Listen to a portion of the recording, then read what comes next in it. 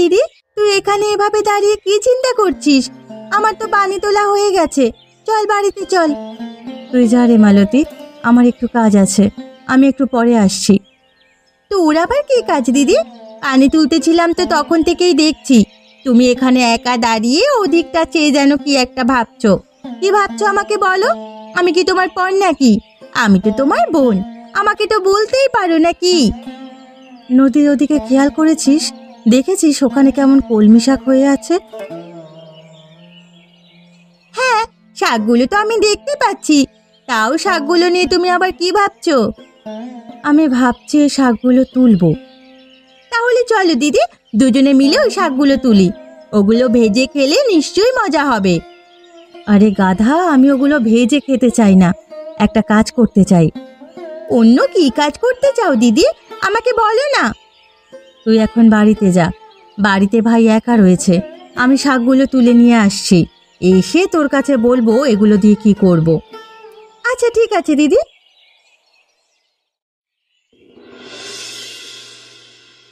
কই দিদি, তুমি আমাকে বললে না তো এই কলমি শাক দিয়ে তুমি কি করতে চাচ্ছ?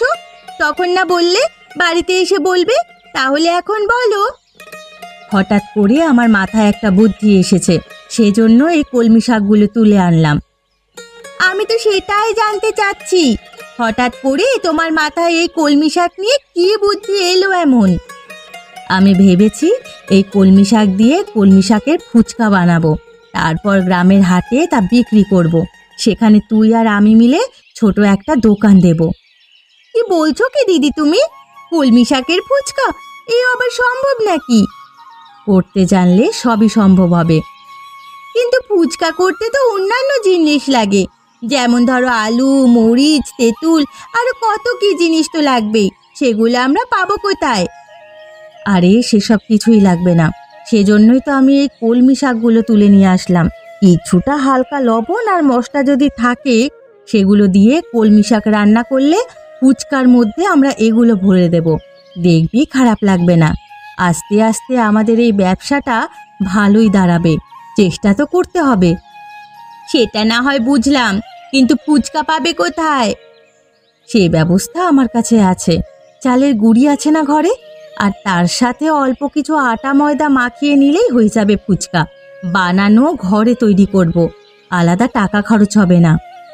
আচ্ছা ঠিক আছে দিদি, তুমি যেটা ভালো মনে করো সেটাই করো। কিরে সুকান্ত, দুপুরবেলা তুই এখানে? কাজ থাকলে পরে আসতিস, দুপুরবেলা তো বেচা কেনার সময়। এ সময় যদি দোকান ছেড়ে আমার এখানে চলে আসিস তাহলে কিভাবে চলবে? বেচা কেনার যা অবস্থা, কোনো খদ্দেরই তো দোকানে নেই, সেই জন্যই তো আপনার এখানে কথা বলতে চলে আসলাম। আপনার সাথে গুরুত্বপূর্ণ কিছু কথা আছে। কি বলছিস কি? দোকানে খদ্দের নাই মানে? আমাদের ব্যবসা তো ভালোই চলছিল, হঠাৎ এমন কি করে হয়ে গেল যে আমাদের দোকানে খদ্দের কমে গেছে? সেটা জানানোর জন্যই তো আপনার এখানে এলাম। আচ্ছা ঠিক আছে, বল কি হয়েছে আমাকে। আমাদের গ্রামের দুই বোন, ওদের একটা ভাই, বাপ মা নেই, যাদের এই অসহায়। রাধিকা, মালতী আর বিজয়ের কথা বলছিস নাকি?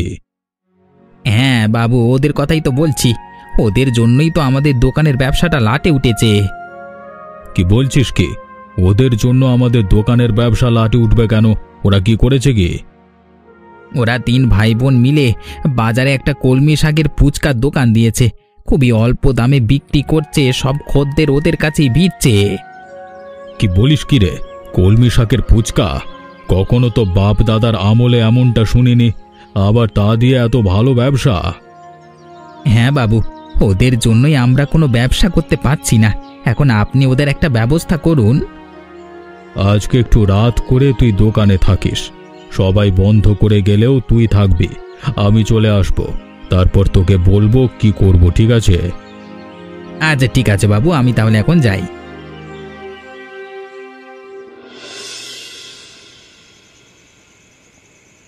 কিরে বিজয়, তোকে আজকে এত হাসি খুশি মনে হচ্ছে কেন? কি হয়েছে রে তোর? আজকে তো হাসি খুশি থাকবেই, আমরা নতুন দোকান দিয়েছি, সেখানে কত মেয়েরা এসেছে, মেয়েদের দেখেই তো লাড্ডু হয়ে গেছে। তোমরা দুজন আমার বোন নাকি শত্রু সেটাই আমি বুঝতে পারছি না। আমি তোমাদের এইটুকু ছোট্ট ভাই, ছোট ভাইয়ের সাথে কিভাবে কথা বলতে হয় সেটাও তোমরা দেখছি ভুলে যাচ্ছ। দিদি, তোমাদের থেকে তো আমি এটা আশা করিনি।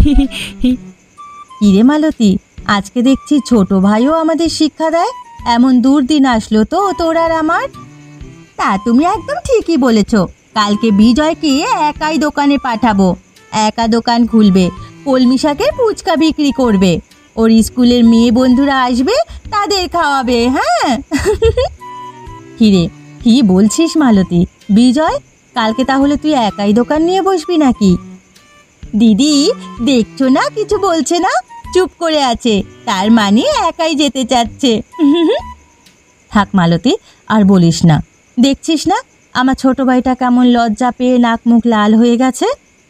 তোমাদের কথা না শুনে যদি একটা কলা গাছের সাথে কথা বলতাম তাও ভালো হতো। এখানে থাকবোই না, ধর আমি খেলাম কলা গাছের সাথে কথা বলতে। সবে মাঠে খেলতে যাওয়ার ধান্দা, বুঝি রে বুঝি।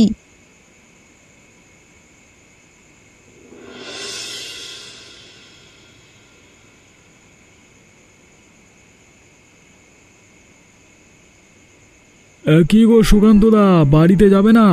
প্রতিদিন তো আরো আগেই দোকান বন্ধ করো, আজকে দেখছি এখনো বন্ধ করছো না, বসে আছো যে। তুমি যাও, আমি আর একটু পরে যাব। বাজারে তো কোনো খদ্দের নেই, এত রাতে এখানে বসে থেকে কি করবে? আরে চলো চলো, বাড়ি চলো। হরিপ্রসাদ বাবু আসবেন, তার সাথে একটু কাজ আছে, হয়তো দোকানের হিসেব নিকেশ করবেন, সেই জন্য অপেক্ষা করছি। এই যে হরিপ্রসাদ বাবু চলে এসেছেন। তাহলে আমি তোমার জন্য কিছুক্ষণ অপেক্ষা করি, তুমি কাজ শেষ করো। আরে না না, আমার দেরি হবে, তুমি যাও যাও। সমস্যা নেই, আমি অপেক্ষা করছি। দেখছো না সুকান্ত তোমাকে যেতে বলছে, ওর দেরি হবে, তারপরও অপেক্ষা করছো কেন? আরে যাও যাও, তোমার কোনো কাজ আছে এখানে কি? না না, এমনিতেই ভাবছিলাম, তার জন্য অপেক্ষা করব। আপনাদের মনে হয় গুরুত্বপূর্ণ কোনো কাজ আছে, আমি থাকলে হয়তো ক্ষতি হবে। হিসেব নিকেশের ব্যাপার, বুঝোই তো। আচ্ছা আচ্ছা, ঠিক আছে সুকান্তদা, সমস্যা নেই, আমি তাহলে যাই। কিরে সুকান্ত, ওকে দোকানে নিয়ে বসেছিলিস কেন? তুই জানিস না আজকে আমরা কি করব?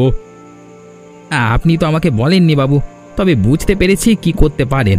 আর ওই অমিতকে আমি দাঁড়াতে বলি না, ও এমনি এমনি অপেক্ষা করছিল, আমি যেতে বলেছি তাও যায়নি। চল চল, তাড়াতাড়ি চল, ওদের দোকানটা ভেঙে দিয়ে বাড়িতে চল। হ্যাঁ বাবু, এই বাজারে এখন আর কেউ নেই, চলুন এখনই কাজটা করা যাক।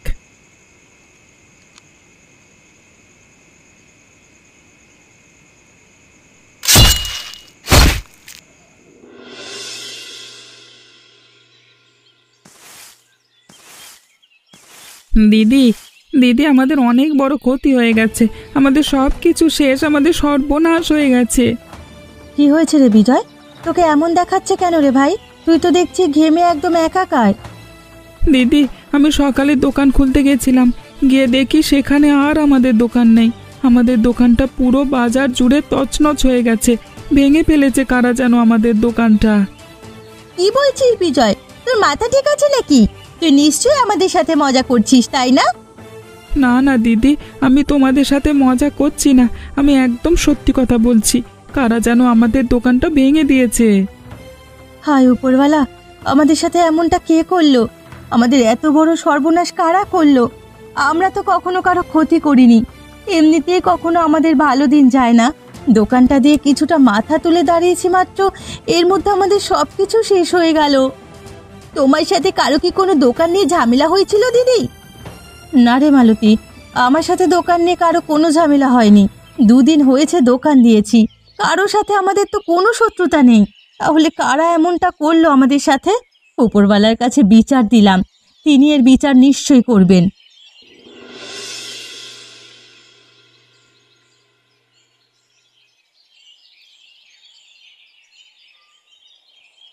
ইরে, তোরা তিন ভাই বোন এভাবে বসে আছিস কেন বারান্দায়? আমাদের যে অনেক বড় ক্ষতি হয়ে গেছে বুড়িমা, কি করব এখন কিছুই বুঝতে পারছি না। তোদের যে অনেক ক্ষতি হয়েছে সেটা আমি সকালেই গ্রামের বাজারে গিয়ে জানতে পেরেছি, সেজন্যই তো তোদের বাড়িতে আসলাম। ক্ষতি হয়েছে সেটা তো বুঝতে পারছি, তা এভাবে বসে থাকলে কি কোনো সমাধান হবে নাকি? লড়াই করতে হবে, তোদের লড়াই করেই বাঁচতে হবে। লড়াই ছাড়া কেউ বেঁচে থাকতে পারে না। নিজেদের প্রাপ্য অর্জন করতে হলে লড়াই তো করতেই হবে তোদের। কি বলছো কি বুড়িমা? কিছুই তো বুঝতে পারছি না। কিভাবে লড়াই করব, কারা কি করেছে সেটাই তো জানতে পারিনি। ঘরে এভাবে বসে থাকলে হবে নাকি? বাজারে যা, সেখানে গিয়ে খবর নে। দেখবি পুরো বাজার খবরাখবর হয়ে গেলে কেউ না কেউ তথ্য ঠিক দিতে পারবে। এত বড় একটা ঘটনা ঘটে গেছে, কেউ না কেউ অবশ্যই আজ করতে পেরেছে। সবার চোখ তো আর ফাঁকি হয় না। দিদি, বুড়ি কিন্তু একদম খারাপ কথা বলেনি। আমাদের একটু বাজারে গিয়ে খোঁজ নেওয়া দরকার। সেখানে তো অনেক দোকানদার আছে, তাদেরকে জিজ্ঞেস করা দরকার। তবে সবাই মিলে দোকানে যাস নে, রাধিকা একা যাস। গিয়ে দেখ কোনো খোঁজ খবর পাস কিনা। দরকার হলে তোর সাথে আমিও যাচ্ছি। অতি আর তোর ছোট ভাই বিজয় বাড়িতেই থাকুক। যারা তোদের ক্ষতি করেছে একসাথে সবাইকে দেখলে পরে দেখা যাবে কিছু ভেবে আবার ক্ষতি করে দেবে। আচ্ছা ঠিক আছে বুড়িমা, তুমি তাহলে দিদিকে নিয়ে যাও। আমি আর ছদ্দি বাড়িতেই থাকছি। কি গো বুড়িমা, রাধিকাদি, তোমাদের কিছু লাগবে নাকি? না, কিছু লাগার জন্য তো এখানে আসিনি। কিছু কথা জিজ্ঞাসা করার জন্যই তোর এখানে এসেছি আমরা। কি কথা জিজ্ঞেস করতে চাও বলো? ভালো করেই তো জানো, গতকাল রাতে কারা যেন আমার কলমি শাকের ফুচকার দোকানটা ভেঙে গুড়িয়ে দিয়েছে। গ্রামের অনেককেই জিজ্ঞাসা করলাম, কেউ কিচ্ছু জানে না। তুমি তো এখানে দোকান দাও, তুমি কি কিছু জানো অমিত দা? তোমার দোকানটা ভেঙেছে সেটা ভেবেই খুব কষ্ট পেয়েছি গো। আমরা সবাই তো অসহায়। আমার চেয়ে তোমরা আরো বেশি অসহায়। কেউ কেন তোমাদের এত বড় ক্ষতি করলো সেটা নিয়ে আমি চিন্তিত। তুই তো এখানে দোকান দিস, ওদের এমন ক্ষতি কি করতে পারে? আমি ঠিক জানি না কারা ওদের এমনটা ক্ষতি করেছে। তবে গতকাল রাতে সুকান্ত এবং হরিপ্রসাদ বাবুকে দেখেছি অনেক রাত পর্যন্ত বাজারে ছিল। আমি এখানে থাকতে চাইলেও তারা আমাকে তাড়িয়ে দিয়েছে। বলেছে তাদের কাজ আছে, তবে আমি কিন্তু ঠিক জানি না তারা এ কাজ করতে পারি কিনা। ও আচ্ছা, এই ব্যাপার। তবে তিনি এমন কাজ করবেন কেন সেটাই তো ভেবে পাচ্ছি না। রাধিকারা তার আবার কি ক্ষতি করেছে? সেটা তো আর আমি জানি না কে কার কি ক্ষতি করেছে। আমি তাদের দেখেছি এটা বললাম, তারা করেছে কিনা সেটা তো আমি জানি না বললাম। বুড়িমা, তারা এমনটা করার কারণ আছে। আমরা তো তার দোকানের সামনে দোকানটা দিয়েছি, আমাদের জন্য তাদের খদ্দের হয়তো কিছুটা কমে গেছে। ও আচ্ছা, এই ব্যাপার তাহলে, তাই না? ওরা যদি এমনটা করে থাকে উপরওয়ালা ওদের বিচার করবে, দেখে নিস। কিরে সুকান্ত, আজকেও আবার দুপুরে এখানে এসেছিস তুই? এমনিতেই আমার মন মেজাজ তেমন একটা ভালো নেই, তার মধ্যে আবার তুই দোকান ছেড়ে এখানে এসেছিস কেন? এখনো বুঝি তোর দোকানের বেচা বিক্রি ভালো হচ্ছে না নাকি? না না বাবু, তেমন কোনো ব্যাপার নয়। এই গুরুত্বপূর্ণ খবর দিতে আপনার এখানে এসেছি। তা আপনার মন মেজাজ যদি ভালো না থাকে তাহলে আমি পরে এসে খবর দেব। এখন তাহলে যাই। এখন যেহেতু চলে এসেছিস তাহলে আবার পরে আসবি কেন? কি জন্য এসেছিস বলে যা তাহলে। গত রাতে দোকানে হয়তো ইঁদুর ঢুকে সমস্ত আটা, ময়দা, বিস্কুট, গম, দোকানে যা যা প্রয়োজনীয় জিনিস ছিল সব কিছু কেটে ফেলেছে। ইঁদুরের উপদ্রবে দোকানে আর কিছু করা যাচ্ছে না। লাভের হিসেব করব কখন, ক্ষতির হিসেব করি তো কুল পাচ্ছি না বাবু। তুই কি বলছিস? আজ পর্যন্ত কখনো এমনটা হয়নি। আমার দোকানে ইঁদুরের আক্রমণ হঠাৎ কি এমন হলো? আমি কিছুই বলতে পারছি না বাবু। সকল দিক থেকে আমার শুধু বিপদ আসছে। সকালে একটা বিপদ হয়েছে, সেটা কাটতে না কাটতেই তুই আবার একটা বিপদের খবর শোনালি। সকালে আবার কি হয়েছে বাবু?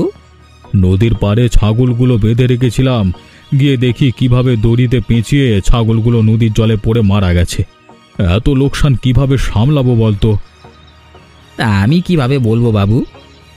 তোর বলতে হবে না, তুই যা, তোর কাজে যা।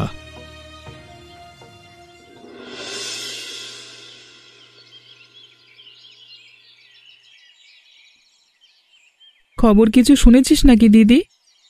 আমরা কি আর খবর রাখতে পারি? পুরো গ্রামের খবর তুই একাই রাখিস। কি হয়েছে বল।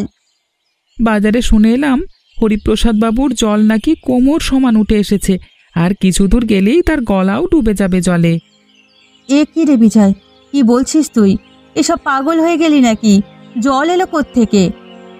মাঝে মাঝে ও কি বলে ও নিজেও বুঝতে পারে না, আমরা কিভাবে বুঝবো? আসলেই মনে হচ্ছে ও পাগল হয়ে গেছে। আরে দিদি, তোমরা আগে আমার পুরো কথাটা শুনবে তো, কেন আমি কথা বলছি। নিশ্চয়ই বাজারে কারো মুখে শুনে এসেছিস, সেজন্য সে ডায়লগ আবার এখানে মারছিস। তা তুমি ঠিক বলেছ, বাজারেই শুনে এসেছি, তবে এটা সবাই বলবার জন্য একটা কারণ আছে। কি কারণ রে? আবার বল তো শুনি। আমি সেই কখন থেকে এটাই তো তোমাদের কাছে বলতে চাচ্ছি, তোমরা তো আমাকে বলার সুযোগই দিচ্ছ না। মালতী, তুই একটু থাম না, ও কি বলতে চায় ওকে একটু বলতে দে। বল রে ভাই, তুই বল। হরিপ্রসাদ বাবুর ছাগল নাকি নদীতে পড়ে মারা গেছে, একই সাথে তার দোকানে ইঁদুর ঢুকে সমস্ত মালামাল কেটে ফেলেছে। বিশাল বড় লোকসান হয়েছে তার, এজন্য সবাই বলা বলি করছে কোমর সমান জল নাকি উঠে এসেছে তার। ও আচ্ছা, এই ব্যাপার তাহলে। বদলোকের সব সময় এমন খারাপই হয়। হয়েছে, একদম ভালো হয়েছে। এটা তো আমার কথাই ছিল, আমাদের সাথে এমন অন্যায় কাজ করেছে, তার শাস্তি তো তিনি পাবেনই। এই জন্যই তো আমি তোমাদের কাছে ছুটে এলাম বলবার জন্য। একদম ভালো করেছিস।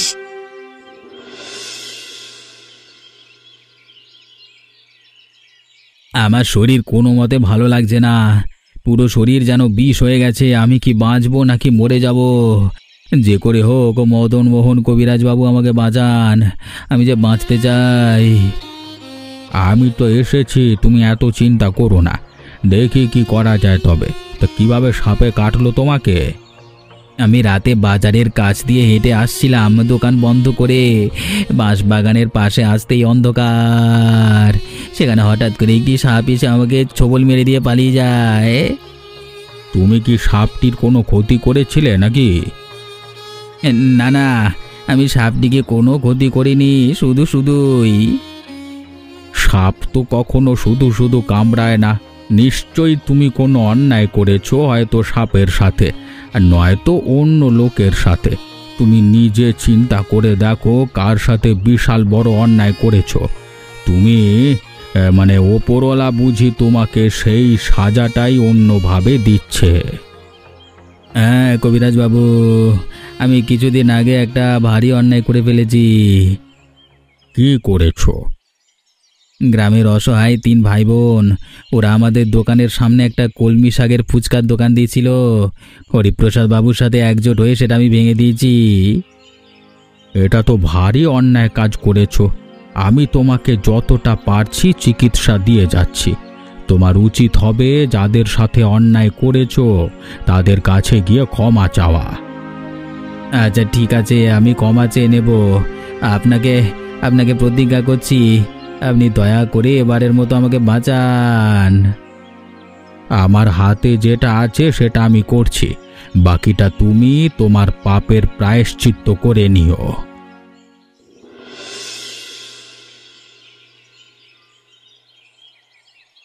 কিরে সুকান্ত, শুনেছি তোকে নাকি সাপে কেটেছে, তা তুই বুঝি সুস্থ হয়ে গেছিস?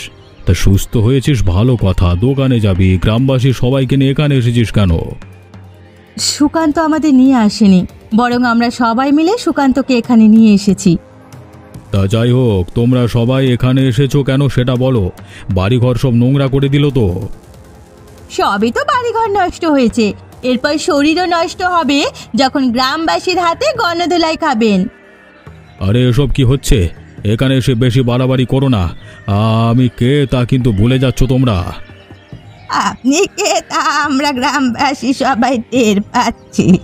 আপনি হলেন একজন খারাপ মানুষ, আপনার চেয়ে খারাপ মানুষ এই গ্রামে আর একটিও নেই। আপনার পর্দা ফাঁস হয়ে গেছে, সুকান্ত সবটা স্বীকার করে নিয়েছে। আপনি আর সুকান্ত মিলে 3 ভাই বোনের দোকানটা ভেঙে দিয়েছেন। ছি ছি হরিপ্রসাদ বাবু, আপনি এমন একটা কাজ করেছেন, লজ্জায় আমাদের মাথা নুয়ে যাচ্ছে। কিরে সুকান্ত, এসব কি বলছো ওরা? আমি আর আপনার সাথে নেই। আপনি আমাকে দিয়ে এমনটা করিয়েছেন, এসব সত্যি বলে দিয়েছি আমি। সুকান্ত মিথ্যে বলছে, আমি কিছুই জানি না।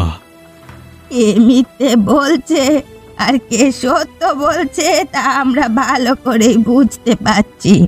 এই, তোরা সবাই এখানে তো আছিস, হরিপ্রসাদ বাবুকে ধর, গিয়ে গ্রামের বাজারে বেঁধে রাখবো।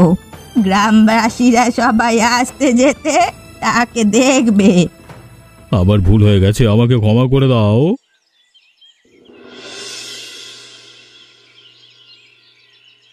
বলি, তোমরা সবাই দেখতে পাচ্ছ তো একজন স্বৈরাচার খারাপ ব্যক্তির কি ফল হতে পারে? আমরা সবাই যদি সবসময় একজোট হয়ে যাই তাহলে কেউই কোনো খারাপ কাজ করতে পারবে না। এই হরিপ্রসাদ বাবু অনেক দিন আমাদের সবাইকে জ্বালিয়েছে, পুরো গ্রামের সবাইকে অতিষ্ঠ করে দিয়েছে এই একজন লোক মাত্র। গ্রামের সবাই দেখে এই হরিপ্রসাদ বাবুর থেকে শিক্ষা নাও। দ্বিতীয়বার যে গ্রামের মোড়ল হবে সেও শিক্ষা নেবে। জাত বংশ বিবেচনায় এ গ্রামে আর মোড়ল হবে না, ভালো লোককেই মোড়ল বানানো হবে। সবার অধিকার যেন পূরণ হয়। বুড়িমা একদম ঠিক কথা বলেছে, ভোটের মাধ্যমে সেটা নির্বাচন করব। কিসের মধ্যে তোমরা যে কি মিলিয়ে ফেলেছো সেটাই তো বুঝতে পারছি না। বুড়িমা, সবাই মিলে একটু আনন্দ উল্লাস করবে, তা না তোমরা এখানে এসব নিয়ে পড়ে আছো। তাতে তুই ঠিকই বলেছিস। আমাদের জন্য কি আয়োজন করেছিস তোরা? তোমাদের সবার জন্য আজকের জন্য বিনামূল্যে আমরা কলমি শাকের ফুচকা খাওয়াবো। তবে এটা কিন্তু মাত্র এই একদিন চলবে, কালকে থেকে আবার আমাদের পয়সা দিতে হবে। এর সাথে সাথে আরও একটা জিনিস করলে আর একটু ভালো হতো। ইরে বিজয়, কি চাস এর সাথে বলে ফেল। আমি এর সাথে আরও যুক্ত করতে চাই গণ জুতো পেটা করা হরিপ্রসাদ বাবুকে। এটা তুই ঠিক বলেছিস। সবাই ইচ্ছে মতো গণ জুতো পেটা করুক ওই বজ্জাত লোকটাকে। এমনই মজার মজার গল্প দেখতে চাইলে আমাদের চ্যানেলটিকে সাবস্ক্রাইব করতে ভুলবেন না।